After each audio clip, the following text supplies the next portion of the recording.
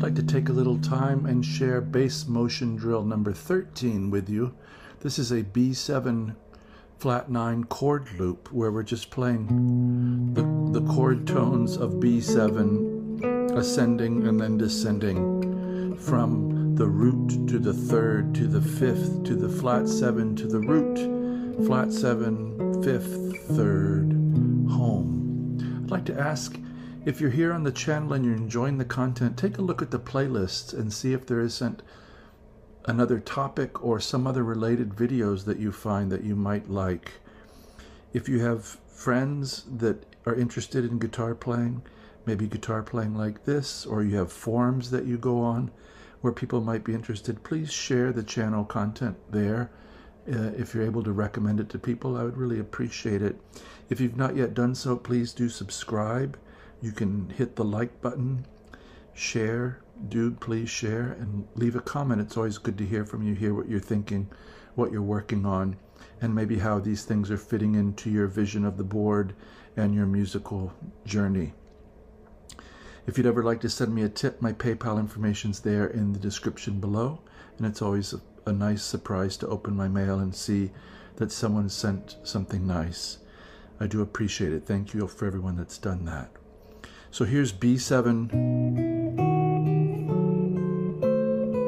We're rising up from, like I said, root, third, 5, flat 7, 1. This is a sound we really want in our ear because when we're improvising, we want to be able to anticipate chord tones and the sounds they're going to make and what we're going to pair with them. That's quite a lot of what these etudes, both the melodic motion etudes and the bass motion drills are giving you the standard, more or less standard sets of intervals that'll work on the fly that are consonant and tested. A lot of the examples come from Johann Sebastian Bach, or they're just from counterpoint studies that I've made up. So in this case, we're just going to rise up from a tenth to a tenth to a tenth to a tenth to a tenth. Consistent interval throughout. So this is really mapping some important intervals. So B and D sharp, 7 and 8 on string 6 and 3. We're going to rise up to E on the 9th fret. We could also finger this second and third finger on 7 and 8 with little finger playing the 9th fret if we want to stay right there. If you haven't done this kind of work with pairs of fingers, if it feels unfamiliar to you, you really want to get this kind of independence down working in teams. That's a little bit of what this exercise is, these different teams. So 7 and 8, 9, 6 and 7, D sharp and F sharp, the 3rd and the 5th. Then we're going to add the minor 6 or the flat 13 above. So 6, 7, 8, because that note is rising up to the flat 7, minor 7, with the 5th in the bass. So this is frets 9 and 10. And we're going to reach up to the flat 9, 13th fret, C, on the 2nd string, and resolve it.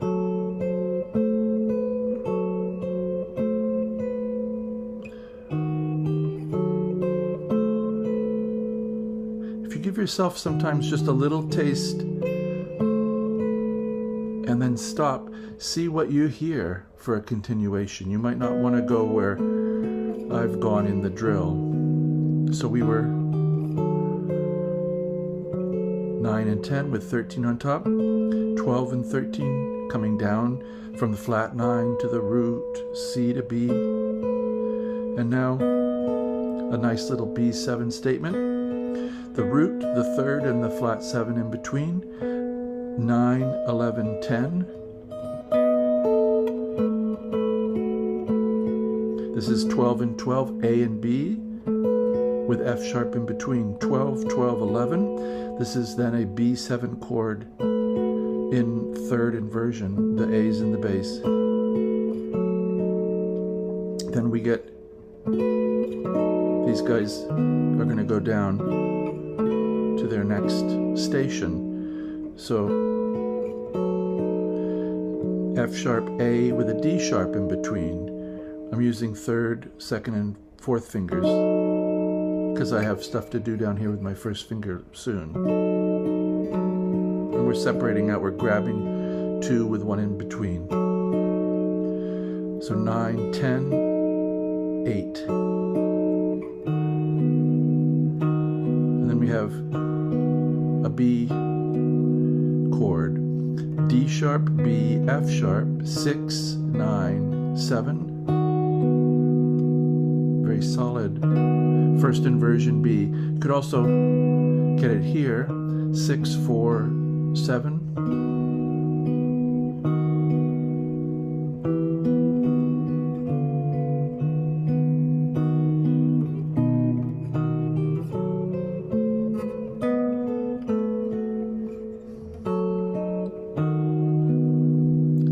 Back.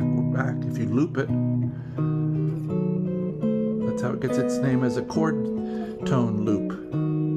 I hope this has been interesting and that you've stuck with me this far and that you find something new in your playing every day, something that you enjoy, that makes you want to go on, maybe something you want to share. If you ever record a clip, please send me a message and let me know.